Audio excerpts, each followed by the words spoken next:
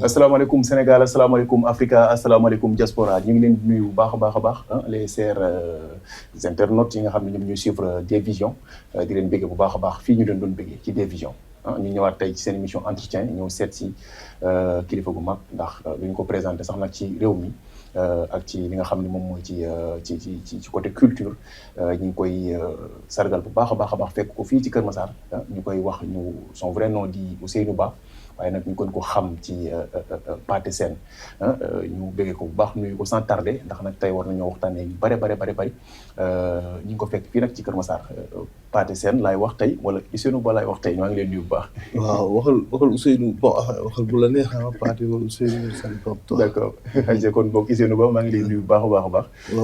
wax dëgg yàlla di président ARCO bu Kër Massar département bu Kër Massar bi lépp fi mu toll nii moo ne ca boobu macha allah am yu bari yoo xam ne ñu ngi koy wàcc ñu ngi lay bàyyi ngeen nuyoo ak les internautes. waaw ñu ngi nuyu ñëpp ñi nga xam ne ñu ngi seetaan di nuyu waa ARCOS. comme ni waa ARCOS bi ma yabal. ARCOS Kër Massar. di leen nuyu di nuyu l'ARCOS national à commencer par le président Pape Faye. avec tout le bureau national. voilà di nuyu toutes les personnalités yi nga xamante ne ñu ngi jàpp ci liggéey bi. voilà di la nuyu yow aussi ak internautes yi ñuy seetaan. d'accord ñu ngi lay fay bu baax a baax tey dañu ñëw fii pour waxtaan ak yow ci li nga xam ne moom mooy ci culture. waaye bu ñuy waxee culture da nga ci am pàcc boo xam ne moom nga gérer. yàlla def nga nekk ci bopp bi nekk ci boppu Kër Massar waaye ci ARCOS bi. ci diggante bu gàtt la wala ci diggante bu yàgg la wala yow yaa ko taxawal fii ci Kër Massar. non. taxawaluma ko Kër Massar. ARCOS Kër Massar mi ngi juddu en 2021. pendant 3 ans Ibra Italien moo nekkoon président bi. voilà après man je suis venu le 20 octobre passé. d'accord donc dans moins d'1 mois dinaa lay matal dans 20 jours en quelque sorte. au moins même 20 jours lay matal 1 an quoi. macha allah voilà macha allah d'accord ci diggante boobu am na foo fekkoon ARCOS bu Kër Massar. ndax boo gisee ARCOS yi fi gënoon a bokk na ci gënoon a yëngu ay yi nekk Pikine la woon. yi nekkoon Guédiawaye. yooyu yëpp ñoo fi gënoon di yëngu mais bu Kër Massar bien vrai que wax dëgg yàlla daanaan moo ci nekkoon président muy Ibra Italien. comme ni ñu ko mën a waxee. mais ci diggante bi nga xam ne jël nga ko. ARCOS bu Kër Massar am na ay jéego yu mu teg. lan moo yéexaloon jéego yooyu noonu ci bi nga xam ne yow balaa moo tàbbisee loxo. bon xam nga ku nekk boo jiitoo yow yaay am sa rythme booy doxee ak ta façon de faire bon li am solo mooy man mun ma juger li fi jot a passé parce que je me dis passé na les gens ont vu que bon peut-être qu'ils avaient besoin de changement ils ont fait un changement et ils m'ont porté à la tête de l'ARCOS pour remplacer sama prédécesseur quoi ki ma fi jiitu woon maintenant li am solo mooy man mu concentré wu ci li nga xam ne man moom yitteel mooy sama mandat fexe daal sama mandat nekk un mandat boo xam ni dina bàyyi trace su ma fi nekkatulee incha allah keneen jël sama place aussi ñu xam ne ki fi njëkkoon ki may remplacer def na fa liggéey boo xam ne war naa ko gën a yokk. C'est le plus important mu marqué sama époque quoi. d'accord soo ma mënee waxaatal tuuti peut-être su ma fàttalikoo. maanaam 2012 lañ commencé ràññee. ci li nga xam ne moom mooy ci culture Sénégal. nga dox ci ay jéego. 2012. ak ci diggante bi nga xam ne doxal nga ko. ba ñëw te li nga xam ne moom mooy yàlla def nga nekk président bu ARCOS bu Kër Massar. ci diggante boobu 2012 bi nga ñëwee. ba nga ñëwee ba nga defee li nga xam ne moom mooy président. ci diggante boobu. maanaam fexe woon ngeen di jéem a rassembler artistes yi nga xam ne ñoo nekk Kër Massar. pour ñu gën a amaat bu baax seen àq ak seen yelleef ci Kër Massar ci ARCOS bi. bon pour dire vrai. association bu mel ni ARCOS. amagu fi woon avant. d'accord amagu fi woon avant. amagu fi woon kon. non ñi fi nekkoon ñu bari dañ doon dem Pikine. mbaa ñu dem Guédiawaye mbaa ñu dem feneen. ñu bari bokkoon nañ ci yeneen ARCOS. parce que Kër Massar avant muy nekk département. mënul woon nekk ARCOS. mënul woon ARCOS parce que ARCOS si département lañ koy def. voilà donc Kër Massar ne pouvait pas am benn ARCOS. c'est la raison pour laquelle ñu bari bu ñu bëggoon bokk ARCOS comme ARCOS Pikine moom moo Pikine Kër Massar si département de Pikine la bokkoon. ouais. Donc Arcos Pikine lañ doon dem. n'est-ce pas lañ doon dem bokk adhéré fa am nañu fa yàgg. n'est-ce pas am na ñoo xamante ne bon après bàyyi nañu dematuñu ci diggante bi toog nañu. ba Arcos Kër Massar ibbiwaat ñu ñëwaat Arcos Kër Massar. D'accord. am na ñoo xam ne doon nañ dem feneen. bi Arcos. oui. ñu ngi waxtaan de. waaw Mar dugal toog. dugal toog. waaw excuse-moi. désolé. non non vas-y. am na ñoo xamante ne. li nga xamante ne Arcos Pikine. kii na. Arcos Pikine moo fi nekkoon ñoom ci lañ doon dem. doon nañ bi ci biir ñu arrêté. bi Arcos Kër Massar ñëwee ñu ñëwaat. am na ñoo xamante ne dañ doon dem si yeneen Arcos yi Tëngéej partout. bi Arcos ibi Kër Massar ibee ñu gis ne fii moo gën a jege. te yëpp benn la. ñu mujjee toog. pour rappel rek ça n'a rien du amul benn concurrence. wala benn xëccoo bu am ci diggante Arcos yi parce que ku nekk am nga droit dem fu la neex. donc on n'est pas en concurrence interne. D'accord. Au niveau du département la. waaw affaire de département la. donc bi nga xamante ne Arcos Kër Massar. Kër Massar ci boppam nekk na département. donc automatiquement c'est normal que tey ñu taxawal fi Arcos. D'accord. donc man 2012 en fait au début je n'ai jamais adhéré à aucune Arcos. musuma bokk ci benn Arcos. 2012 man dama doon démarrer sama carrière. voilà di def samay propre production. D'accord. ci def sama yëfu bopp di ànd ak gars yi. Kër Massar comme li ñu wax Mbapat quoi. Mbapat ci laa xamante ne ñu bëri Kër Massar on s'est connus sur le terrain. ñu bëri on s'est connus sur le terrain ci ay répétitions et cetera et cetera. dem ba sama carrière commencé voilà dem dugg commencé Marodi affaire yi mais avant loolu filmé naa ay film yu bëri dem naa fi ay Kolda Mbour Kaolack Dakar. donc j'ai fait beaucoup de production pour les autres pour moi-même mais pour les autres aussi. D'accord. parce que dañu mën a jël ma leen di filmer seen événement seen côté production. waaw seen film yi seen téléfilm parce que temps yooyu ay CD moo amoon yàgg na. voilà donc dañ doon dama doon filmer CD ak CD pour seen CD montel leen ko jox leen ñu dem graver ko multiplier ko dem jaay et cetera donc c'était ça maintenant biñ demee nag ba nga xamante bon 2021 egg na egsi na bon bokk naa ci ñi nga xamante ne ñoo sos Arcos bi ba Arcos bi juddu taxaw mais man je n'ai jamais voulu avoir aucun poste bu demee noonu. D'accord. Donc je voulais juste bien faire pour les autres quoi. D'accord modestie à part moo tax nga bokk ci ñi jiital Ibra Italien. Voilà donc en fait dañ ko jiital en fait on a fait un bureau provisoire. D'accord. Léegi les candidats étaient présents. Okay. Donc candidats yi taxaw waa Arcos national. ñu ñëw jiite élection yi. Okay. Donc Ibra Italien s'est porté candidat. Et il a gagné. On l'a félicité topp si ginnaawam. man jour boobu sax j'étais pas sur place. j'avais voyagé parce que dama waroon tàmbali série Teranga. buy daw si canal. boobu en 2021 la woon. voilà jour boobu néew mu fën parce que ci laa doon voyagé jour boobu laa voyagé dem Saint-Louis. donc ñu def ko sama ginnaaw Ibrahima est devenu président. et moi j'ai suivi derrière. d'accord maanaam boobu yow neewoo fi woon parce que bokkuloo woon ci candidat yi.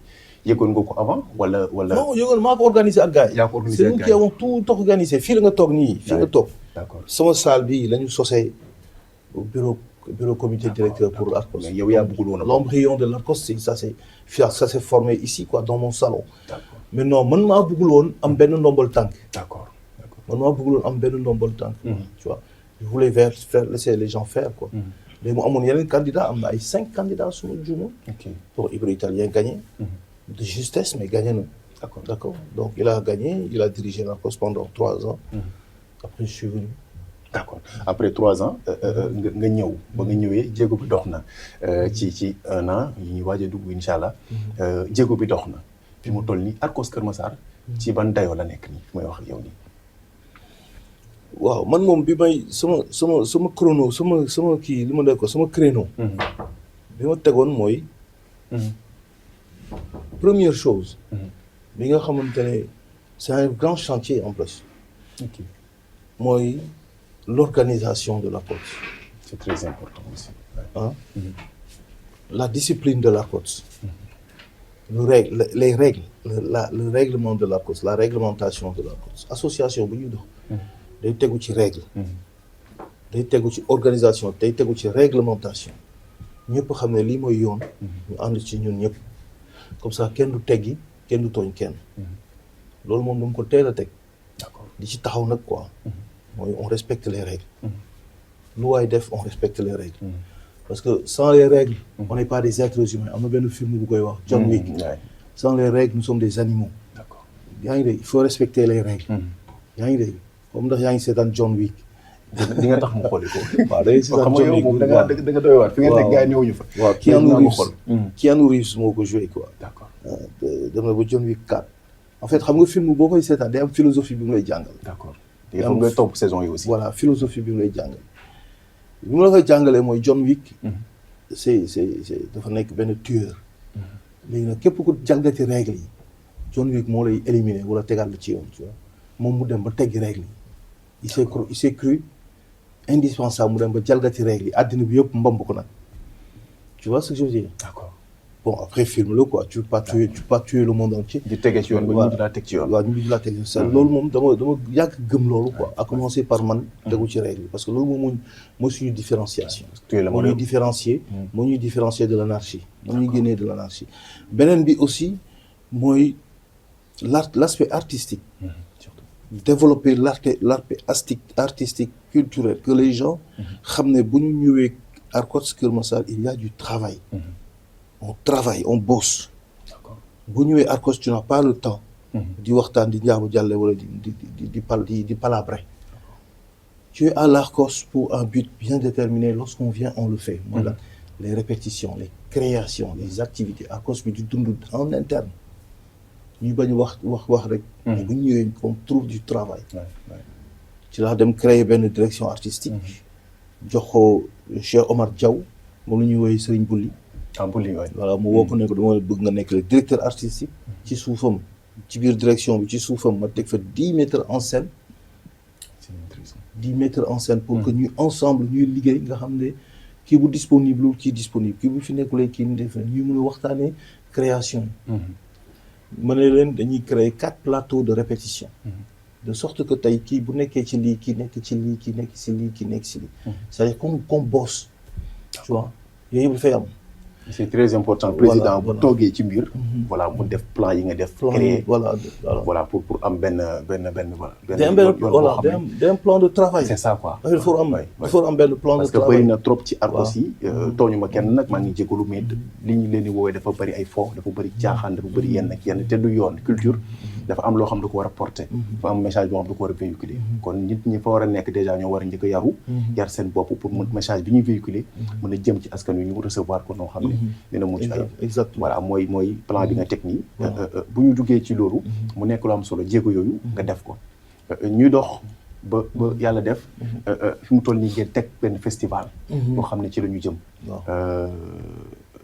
incha allah war nañ ko commencer le 10 octobre incha allah mooy spectacle bi am na festival bi le mois de novembre bu ñu ñëwee ci loolu lan moo tax nga teg lu mel noonu fii ci Keur Massar waaw bon Arcos Keur Massar man buñ lay fal dañ lay ne la mooy sa campagne d'accord parce que on a fait une campagne comme tout le monde dañu dem campagne électorale dem ci troupe théâtrale yi d'accord xam nga waxtaan ak ñoom pour ñu fal la tu vois parce que biñ ma proposé ne ma non dañoo bëgg nga porté wu candidat nga nekk président je me suis dit au début j'avais complètement refusé parce que dama leen ne jiite mbooloo yombul c'est pas facile du tout d'accord parce que tu as raison tant que ça nous arrange tu as tort tant que ça nous arrange léegi mais après réflexion tu te dis da nga nekk ci benn mbooloo boo xam ne dañ la ni kaay nga jiite ñu wala sax kaay nga porter candidat boo gañee nga jiite ñu parce que am nañu yaakaar ci yow auparavant yow bëgguloo woon voilà mooy li nga wax ba ñu fal Ibrahima bu ma delluwaate ci ginnaaw mooy bëgguloo woon mais da nga demaat ba yow nit ñi ñoo la bëgg waaw il fallait que nag nga dox seen bëgg voilà boo ko deful bu ëllëgee looy wax yaay toor voilà c'est-à-dire bu ëllëgee bu amee problème nga ñëw ne noonu man membre laa waaye lii tu n'as rien à dire dañoo ne la kaay ñu jox la ko nga bañ dama nga toog na le du dëgg fi mu nekk responsabilité voilà donc tu dis comme nit ñi am nañ yaakaar ci yow demal nga góorgóorlu donc boo yegsee da nga war a def li tax nit ñi seen yaakaar du tas ci yow il faut que nit ñi xam ne wax dëgg yàlla juumuñu suñ tasul suñu yaakaar du dëgg kii lañ ko doon yaakaaree bi ngi ci quoi. Alors donc da ngay am benn programme. programme bi da ngay ñëw nga proposer gars yi mooy je t'ai vendu mon programme da ngay ñëw jaay ko gars yi gëm ko quoi tu vois. donc j'ai proposé un programme ci biir programme annuel. chaque année dinaa def lii. donc programme annuel bi moo am spectacle de théâtre boobu noonu ak le festival. mais spectacle bi sax ci festival bi la war a bokk. n'est-ce pas mais dama ne woon chaque année dañuy am 4 dates yoo xam ne Arcos da koy des dates majeures yoo xam ne Arcos da koy célébrer. la première c'est le 8 mars. journée mondiale de la femme on l'a célébré avec benn don d'habits collecte de dons bu ñu defoon n'est-ce pas au niveau du Sénégal yóbbul ko waa Kër Njaboot ñu nekk Jaxaay ci Parcelles bi ñëwee le 27 mars amoon le 27 mars mooy journée mondiale du théâtre nga xam ne adduna bi da koy célébrer le 5 juin journée mondiale de l'environnement.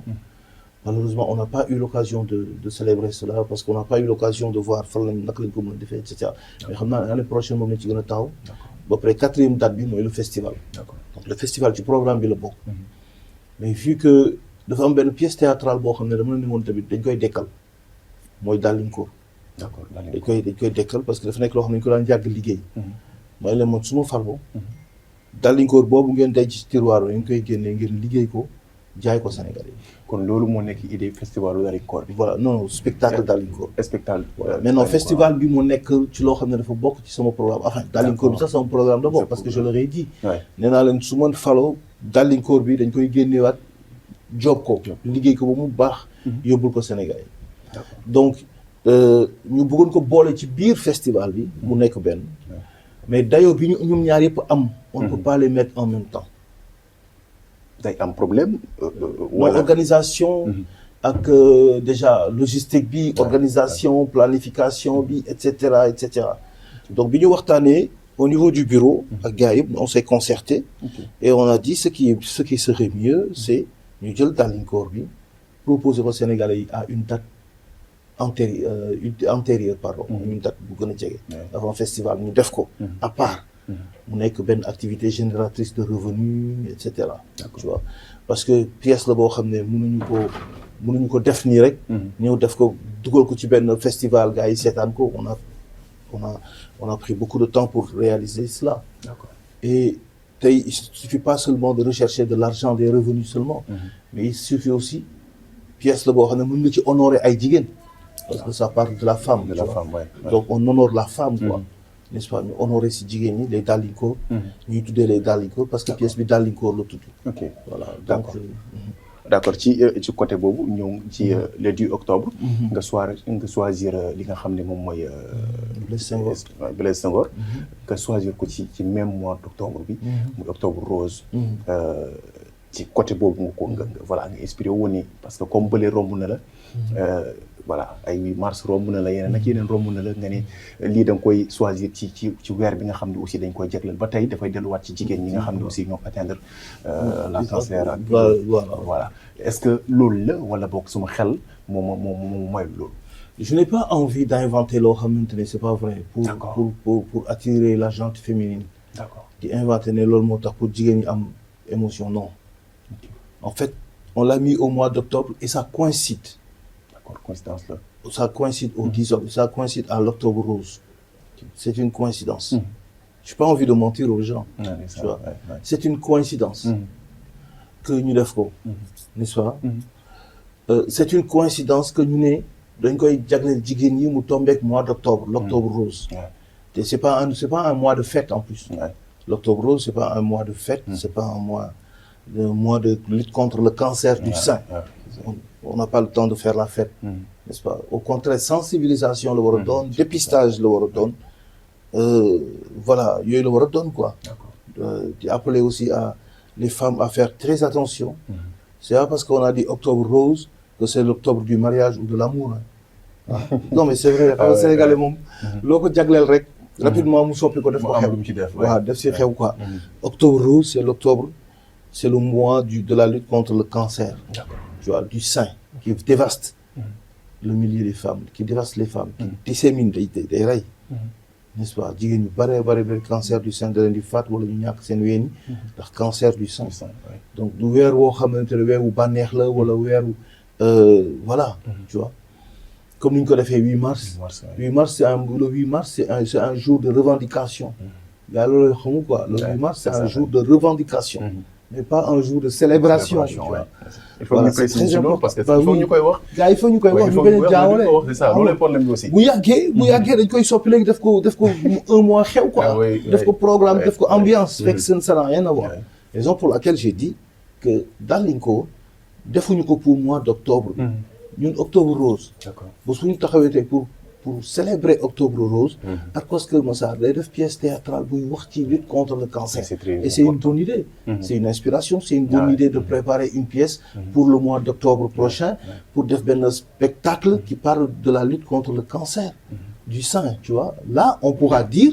qu'on a fait ça pour l'octobre rose. d'accord tu vois donc man nekk monsieur yooyu pour jaay sama programme bi inventé. voilà mais parce que tu es naturel. parce que voilà c'est ça. donc léegi. mu tombé ak le 10 octobre. parce que on a cherché une date. d'accord dañu doon seet ban date lañ ko mën a def. instant yi ñu ngi ci nawet. on ne peut pas prendre de risques. ah le 10 octobre c'est la semaine prochaine. il y a rien qui prouve il y a rien qui nous dit que du taw. mais on a risqué. def ko le 10 octobre parce que festival bi mois de novembre donc. vu aussi l'ampleur bi ñu jox pièce bi parce que. dafa nekkoon benn spectacle boo xam ne mun naa wax ci benn puxus lañ ko jëlee. bëgg ko yóbbu ci grande salle. tu vois dañ ko jëlee ci benn salle bu ndaw. yàgg nañ fa dem. yàgg nañ fa répéter certes. nga ne léegi fii dafa tuuti. d'accord directeur artistique bi ne président mu ne ma fii c'est bien pour ñun. certains spectacles mais c'est petit.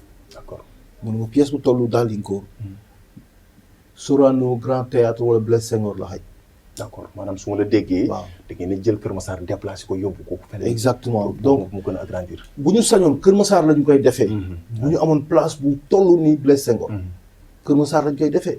pour boobaa déplacement wu jigéen ñi day yomb. yaa ngi dégg day yomb on est conscient que jëlee nit Kër Massar yóbbu ko ba Dakar Blaise Senghor c'est difficile. moo tax ba tey Kër Massar am problème boobu espace boo xam ne dañ ko war a mën a jox culture. jox ko jeunesse bi nga xam ne lépp loo xam ne dañ koy amal ci ay manifestations ñu war ko mën a def foofu. bu weesoo terrain Yékini te gis nga ni mu mel kenn du la ko wax. amaatul feneen maison de la femme foyer des jeunes bi gis nga ni mu mel maanaam dëgg ni mu war a melu ko pour accueillir yenn nit ñi lan mooy problème bi foofu noonu. ci yow mi nga xam ne yaa jiite Arcos bi aussi wala nga bokk ci ñuy jiite culture Kër Massar fii. waaw xam nga problème d'infrastructure la. problème de situation là en fait tu vois.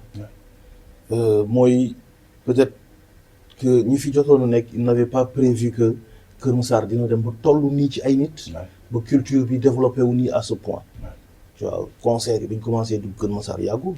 n'est-ce pas. autant de man bi Wally Seck di njëkk ñëw fii ñu ne dañuy bâche.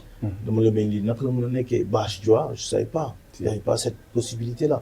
après la gars yi am fitu dugal ñeneen ñuy soog a ñëw mais même les concerts bareeguñu noonu. terrain Yékini rek ngay dégg. terrain Yékini. parce qu'il y a nulle part ailleurs un espace pour accueillir un monde. léegi nag événement yu mel nii. dafa mel inondation balaa ngay jóg di defar ay canal. faaw taw bi taw ba sonal gars yi. gars yi canalisation. ñu soog defar ay canal. donc loolu infrastructure c'est la même chose. il faut nga tey ñu dem ba gis ay spectacle bu mel ni Dalinko. ñëpp déplacé wu. en masse dem Grand Théâtre. dem Blaise Senghor automatiquement dañ naan waa ñun dañ doon déplacé wu di ñëw Blaise Senghor lii mooy Blaise Senghor macha allah. ñu war nañu mën a am bu mel nii à Kër Massar. comme xam nga. te li ñuy gis benn autorité yooyu day dugg ne mais attends mais pourtant Blaise Senghor. genre un hectare la rek. wala genre yooyu quoi. xool ne mais Kër Massar nañ fi jël benn 1 hectare def ko wala benn 500 mètres carrés def ko benn esplanade. pourquoi pas terrain Yékini bi. terrain Yékini c'est que non terrain Yékini boo ko fi waxee nga booy jàpp rek. foofu moom lañ fi def pour terrain. pour football sax am na ay terrain yu bëri fii. am na terrain Yékini am na terrain Aiguillon mun na ko def. am na terrain Sonacos. am na Aiguillon gis nga problème yi amul Jaxaay am na ay espace. Jaxaay am na ay espace c'est que xam nga. Kër Massar comme waaw am na ñàkkul terrain yu ñu ko mën a defee. non xam nga Sénégal. fii leen moo tax ngay am li nga bëgg. dëgër fit ak sañ. fekk lu dul yoon nga ne par la force day am. Sénégal loolu la. tey par exemple da ngay ñëw fekk yow sa terrain nga jënd ko ci sa këyit jënd ko ci sa xaalis bàyyi ko fii. mu nekk ñaari terrain de foot. bu ba ko fi yow toog saa yoo xëyee sa buntu kër toog xam ne lii sa terrain la booy football fi pendant 2 ans nga bëgg ñëw di tabax ñooy la doo ko fi tabaxee dañuy football. loolu moo am fii. football sport ne waa dañuy sport du ñu am fu ñu jëm te yaa ko moom mu nekk sa alal ba nga koy jënd ci dooguñ ñu ñëw ne la doo ko laal. parce que ñun suñu ballon de football bi moo ñu ko jaral moo ñu kër te xam nañ ne teguñ ko fenn. fit la rek amulaa léegi nag bu ëllëgee. léegi na autorité yi seet foo xam ne culture parce que tamit jeunes yi ni ñuy defee sport. noonu la jeunes yi di dafay culture. bokk na sa combat daal fi mu toll nii. non mon combat c'est que tey c'est ça gars yi la culture. nekk benn élément déterminant bu maanaam benn élément visible. benn activité bu gars yi gis ne Kër Massar dafa am culture. yaa ngi dégg ñu ngi tabax benn espace pour la culture. non pour leneen lamb ji du pour lamb du pour football du pour basket du pour dara mais c'est pour les théâtres. il faut que nit ñi on leur impose on leur dise théâtre bi ngeen di wax ci la bokk. du ñàkk fayda. du ñàkk fulla du ñàkk imagination du ñàkk am c'est de l'art. on est des artistes. on fait du théâtre. et ce théâtre là. dafa war a am place am dans le département de Kër Massar. foo tollu dégg taal théâtre yi di tulleeg malay mel ni tulleeg malay di rapaajo Kër Massar théâtre. nit ñi di gis ñuy théâtre kat yaa ngi nii ñu fëgg suñu dënn ni ñu ñooy théâtre kat yi te dañ ci fier amuñ ci benn complexe espace bi jox lañu ko ñu théâtre ci. d'accord loolu moom message booy lancé la. le nouveau ministre Amadou Ba. moom mi nga xam ne actuel ministre de la culture. c'est très important aussi message boobu mu déggaale ko jàppale ci bu baax a baax. arcos bu Kër Massar ak culture bi nga xam ne moo nekk ci Sénégal yëpp war na këpp. léegi damay desaat foofu ndax xam naa ne fa laay terminer. fi mu toll nii lan ngeen prévoir dafa mel ni am na caravane boo xam ne fi mu toll nii moom ngeen nekk di waajal. caravane de 3 jours 4 jours wala naka la caravane bi war a demee. waaw tey caravane ci sonorisation la quoi pour informer Kër Massar ci publicité la quoi promotion pour le 10 octobre. donc dañuy jóg dem grand fële dañoo xaaj Kër Massar en 2 parties. D'accord. parce que Tampico suñu partenaire la. D'accord. daf ñoo jox oto pour 2 jours. monsieur le maire Adama Sarr. n'est-ce pas dans sa dynamique jàppale ñu. li mu njëkk a def mooy jox ñu benn L200. pour ñu def tournée caravane. pour yëgle événement bi. donc j'ai imaginé bon après ci biir pratique bi dañuy seet faisabilité bi ndax c'est possible ou pas mais j'ai imaginé aujourd'hui que dañuy xaaj département bi en 2 parties. D'accord. à partir de la station Kër Massar dem ba Yëmbal. mooy itinéraire bi. waaw non c'est-à-dire dañuy xaaj Kër Massar bi mooy Kër Massar xam nga Yëmbal la ba Jaxaay. ba Jaxaay waay. donc j'ai imaginé que dañuy à partir de Kër Massar station Kër Massar bi nii. la ñuy xaaj département bi en 2 parties. donc auto Tampico bu ñëwee pendant 2 jours day sillonné lu toll Kër Massar ba Jaxaay cité gendarmerie Kër Massar sud Kër Massar nord Kër Alaaji Paate ay cité Sonacos cité municipale yi yëpp daal kii Medina Kell affaire yooyu yëpp pendant 2 jours bu ñu daway daw ba 18 heures ñu arrêté suba ñu jugaat beneen partie bi di sat parce que daalinkoor yi nga xamante ne 22 daalinkoor 20 daalinkoor la sax la ñuy sargal ci jour boobu waaw dafa am ay femmes yoo xam ne dañ leen di sargal jour boobu donc femmes yooyu dañoo bëgg tant que c'est possible oto bi dem ba seen buntu kër wala seen koñ yëngal foofu n'est-ce pas sonorisation bi daw ñu xam ne ñoom ñooñu tax a ñëw fàttali leen bis bi voilà arranger leen yaa ngi dégg pour sensibiliser leen voilà motiver leen xam bis bi bu ñu fa jógee nag après 2e jour yi léegi nag ñu jëlaat oto pendant 2 jours côté bi léegi ñu jëlaat oto Adama Sarr bi ñu abal ñu jëlaat beneen 2 jours ñu def ko côté à partir de station Kër Massar dem ba Yëmbal Sud Fass Mbao mbeddu Fass yooyu yëpp ay Talimam Diarra dugg Farba n'est-ce pas Kër Massar Yëmbal Nord n'est-ce pas dugg fa aussi marché ay Fat Doumbouya yooyu yëpp dugg fa pendant 2 jours bu jeexee 2e jour bi ñu ñëwaat dem buntu kër Fat Kiné Diop n'est-ce pas dugg Malika dugg yooyu yëpp daal ay cité Sonatel voilà dugg fii M3 croisement M3 54 buun li ma gën a impressionné mooy da nga miin zone bi voilà da nga xam département bi macha allah parce que c'est pas donné à n'importe qui mu jiite mbir ba pare aussi mu xamee ko ni nga ko xamee parce que yaa ngi tudd quartier par yow tudd yëpp yematoo rek ci ay commune mais da ngay tudd ay quartier yaa ngi wax ay marché Fat Doumbouya mooy ñaax dama fi yàgg nag de dama fi yàgg. macha allah am na ay ruq yoo xam ne xaw ma ko sax dama fi yàgg depuis 2000 maa ngi fi. voilà maa ngi Kër Massar depuis l'an 2000. donc voilà fii laa mbapate ak ñii ñoom ils peuvent en témoigner. man j'ai fait. loolu mooy solo wu nit bu jiite loolu mooy solo wu nit bu jiite maanaam ka fa dëkk naa ci pënd bi fii. voilà ka fa dëkk moo war a def. voilà donc yooyu la. donc pendant 2 jours. pour que gars yi fàttali leen le 10 octobre. parce que gars yi li ñu xamul ci communication. mooy communication mooy jox dayo sa événement ou pas et communication du ëpp. communication du ëpp. loo ci def si ko ba tey sax mun nga taf ay affiche. ba tey mun nga taf ay affiche. dama koy wax chaque jour. ma ne Youssou Ndour pour mu jaay Bercy France. gars yi passé Sénégal dem France. moom bu woote woon ñeneen France sax. rek doy nañ feesal Bercy. mais day bëgg sax waa Sénégal. dagg seen billet dem France te am réussir nga xam si naka. ci def leen may leen avant première.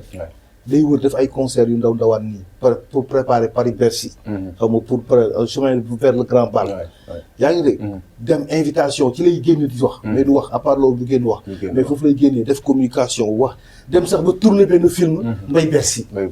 est-ce que vous vous rendez compte. pour jaay Bercy France. mu jël ay artistes comédiens tourner loolu leen. Mbaye Bercy. def ko série. te mënoon na ko si bañ a fekk parce que c'est Youssou Ndour. jël ay millions fay leen. bon xam nga ma wax Youssou Ndour. mënoon naa wax keneen. mais pour te dire ki nga xamante ne moom. il est international planétaire interplanétaire Youssou Ndour le grand Youssou Ndour. nga xam ne tubaab yi rek français yi tubaab yi weexee xonq nopp yi rek doy nañ pour jaay Paris Bercy. feesal ko et pourtant moom day def communication. di def ay émissions di def ay plateau di def ay concerts di wër. balaa muy dem Bercy pour mobilisation ak communication. c'est très important moo tax tey man je m'inspire de ça. et on communique le maximum. yow ci nga bokk keneen ak keneen si nga bokk si les moyens nous l'avaient permis. dañu waroon def ay sketch. dañu waroon def campagne d'affichage. xam nga pour gars yi yëg jour bi voilà léegi bu ñu fa jógee nag le 10 octobre boobu. ci la ñuy dem le mois de novembre. maintenant le festival de 3 jours. yoo xam ni si commune Kër Massar yi ku nekk da ngay gis sa bopp ci événement. d'accord ci yenn secteur ngeen koy defee. voilà c'est-à-dire ci festival bi dafa am ay activités. dafa am cérémonie d'ouverture dafa am carnaval dafa am match de gala. dafa am tànnbéer dafa am randonnée pédestre. dafa am cérémonie de clôture. d'accord donc bu ci nekk dafa am benn commune buñ ko jagleel. d'accord tey boo demee Kër Yëmbal Sud. ci Baara Gaye foofu la ñuy lancer festival bi. muy première cérémonie d'ouverture. maanaam cérémonie d'ouverture festival bi. Yëmbal Sud ci Baara Gaye lañ koy yóbbu. d'accord bu ñu ñëwee si ngoon si. ñu dem def carnaval des ethnies. boo xam ne day déparé Kër Massar Sud day déparé station Kër Massar. dem buntu Kër Aldo Kër Massar Sud. carnaval des ethnies. voilà. nga laal c'est que. lu yéeme nga wax noonu. waaw carnaval des ethnies mooy ethnie yi xeet bu nekk. xeet bu nekk askan. bu nekk da ngay ñëw bokk ci carnaval bi. d'accord da ngay ñëw nga bokk ci carnaval bi. da ngay ñëw bokk ci participer quoi. def sa carnaval yëngu. yaa ngi dégg ñuy tëgg mu nekk benn défilé comme défilé quoi. n'est-ce pas joolaa yi soose yi mandeg yi. da ngay gën a dëgëral culture. voilà renforcer la culture ba pare ñu jagleel ko la communauté lébu. on l'offre à la communauté lébu de Kër Massar. en la tête de laquelle il y a Aldo. Makhtar Diop Aldo moo ñu ko parrainé jour boobu. n'est-ce pas yóbbu ko buntu këram lay jeexee. xam nga buntu këram am na benn espace yaatu na. foofu la ñuy defee genre benn ballet. yëngu-yëngu ni ambiance. voilà ñu def discours avec n'est-ce pas la présidence de Bilal. Diatta. n'est-ce pas comme ça léegi nag guddi gi nag ñu soog a dem defi tànnbéer bi fële ci Jaxaay. Jaxaay day am benn tànnbéer bu fay am. n'est-ce pas le 13 la xam nga. le 13 bu mag boo xam ne dañ koy sensibilisation sur la criminalité et la délinquance. xam nga nit ñi quand même boo leen bëggee. sensibiliser tu organises un événement une fête. dana sabar gars yi ñëw. pendant 5 minutes après 10 minutes même 15 minutes nga jox la parole n'est-ce pas aux gens dafa am benn association bu tudd ànd Gorée bokk jaar-jaar. d'accord waaw boobu c'est une association d'anciens détenus. boobu Pa Mbaye mooy présider ce sont des anciens détenus yoo xam ne dañ leen si bëgg a invité ñoom ñu ñëw participer ci événement boobu. jël parole n'est-ce pas waxtaan.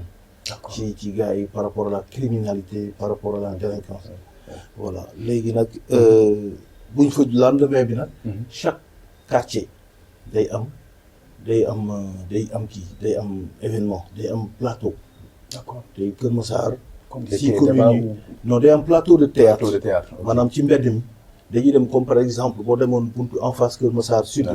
n'est-ce pas am na en face banque bi diggante banque ci kaw banque bi nii par exemple. ci kanam am na benn espace bu yaatu boo xam ne on peut demander l'autorisation au responsable là-bas ñu mbay ñu pendant 30 minutes. n'est-ce pas ñu def foofu benn prestation théâtrale. xam nga def prestation théâtrale. sensibiliser aussi sur la protection de l'environnement. parce que thème yi mooy la protection de l'environnement et la promotion de la sécurité à Kër Massar. léegi nag boobu day fekk léegi. yow doo soxla ñu naan wàcceel liggéey ñoo seetaan si ñu. parce que gis nañu nit ñi bu ñu wàccee liggéey sonn. dañuy dem seen kër yi toog seetaan télé. ñu ngi koy gis parti seen di jouer théâtre dañuy taal télé bi. duñu dem ci mbedd bi après coono bi wala uuf seen njaboot. ñu dem ci mbedd bi di seetaan théâtre guddi. d'accord donc ñu ne dañ koy def le matin heure bi gars yi commencé nañ prestation. d'accord n'est-ce pas heure bi ci mbedd mi ñi doo wax kenn ne ko kaay. booy joué nit ñi ñooy taxaw bàyyi la ñuy def yëpp ñëw seetaan.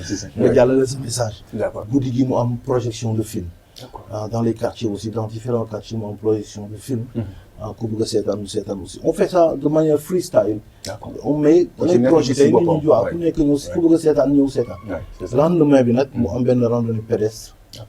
randonnée pédestre lay am diggante li may wax nii tey par exemple mooy quartier yëpp lay am. randonnée pédestre bi activité bu mag la. dañ koy defee coup d'envoi bi day nekkee Yëmbal Nord.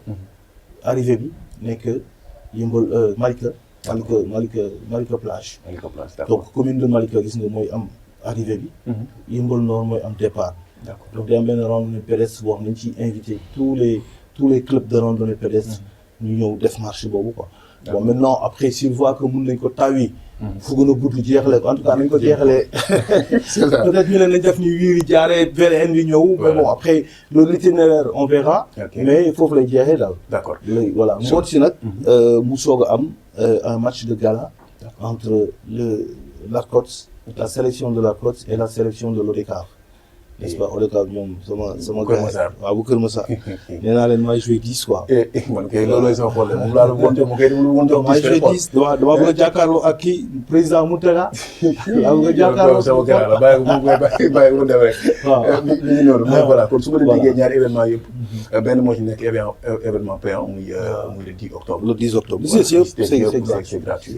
d'accord kon Kër Massar ñëpp ñu ngi koy dégg aussi. léegi nag pour finir nag. Adama Sarr mooy def cérémonie de clôture. D'accord. moo koy présider. Il est parrain d'honneur. waaw moom un des parrains d'honneur parce que tous les maires sont les parrains d'honneur. Jusqu'à présent on a été reçu par 4 maires. Bon il nous en reste 2 Talla Gadiaga la moom ñu recevoir agul ak Bara Gaye. Donc on aimerait au moins qu'ils nous reçoivent pour xam activité yi ni ñu nar foofu quoi. Voilà. Bon di ci saluer waa aussi nos marraines d'honneur. Honorable député Marie-Angélique Diouf, honorable député marraine d'honneur, honorable député Ramatoulaye Ndom. ñoom ñaar c'est des marraines d'honneur. Ousmane Diouf, Bilal Diatta, ñoom ñëpp les maires, tous les maires aussi sont les parrains d'honneur. Adama Sarr, Aziz Diané. Aziz Diané sax am na annonce bu agréable bu ñu bëgg a defal. le 10 octobre, n'est-ce pas? Bara Gaye, Malika Babacar Ndaw, Talla Gadiaga, ñoom ñëpp c'est des parrains d'honneur. Le président de le président du conseil départemental, monsieur Babacar Gueye, un monsieur sympa, très cool, boo xam ne c'est un parrain d'honneur aussi. Donc il y a aussi Amadou Tidiane Diallo, il y a l'autre Apollinaire Diatta. bari nañu. maanaam parce que yow li nga bëgg mooy yaatal ba ñëpp ku ci nekk. soo sañoon Kër Massar bopp bu nekk di nga ko def parrain d'honneur. parce que waaw mais nag compté boo gis dafa am jàppale jiw. voilà mënul ñàkk ñu xam naa ne waxtu wi xaw nañu xoj tuuti. ñu bàyyi la nga tàggoo ak internet yu Des Visions. ça a été un plaisir vraiment ci dalal la. ci émission entretien. Des Visions merci beaucoup. merci beaucoup si entretien bi. merci aussi ci interview bi. L'intérêt que vous avez porté à l'ARCOS. Comme à chaque fois, l'ARCOS bien moi yabal. Parce que je me dis que chaque fois que je parle au nom de l'ARCOS, ARCOS moi yabal, tu vois. Alors, de les remercier bu baax, de leen gërëm di leen sant aussi. Parce que d'habitude gars yi ñëw naan la fan nga jaar ak ce qui est ko juddoo nangam. Donc c'est des trucs yoo xam ne j'en ai assez parlé. Voilà. J'aime plutôt être plus pragmatique et parler de ce que je suis en train de faire. plutôt que ce que j'ai déjà fait. Ouais. Tu vois. Mais merci beaucoup pour la jàpp naa ne sonal luñ compréhension. jokkoon ci côté boobu. Hein? mais sonal luñ jokkoon ci côté boobu. Ouais, non, côté boobu moom laaj la ñu Merci n'est-ce beaucoup. pas? Voilà. Donc, merci beaucoup daal di remercier ñëpp di remercier di encourager waa ARCOT. Ouais. événement yombul. di encourager képp koo xamante ni yaa ngi fi rek. n'est-ce pas Kër Massar di leen remercier bu baax a baax a baax. merci beaucoup Inch'Allah di leen jox rendez-vous le 10 octobre. 10 octobre ñu ngi fii Après, c'est incha allah ñun ñëpp nañ ci ànd. ñu ngi leen di wax bu baax a baax ngeen ñëw jënd billet yi nag. Inch'Allah jënd fële billet bu fees baax a dell ñu jël baax. Kër Massar yóbbu fële. waaw voilà indiwaat Kër Massar fii ci Inch'Allah, festival bi. Inch'Allah. merci beaucoup. ok on est ensemble. Merci beaucoup Merci. Daouda.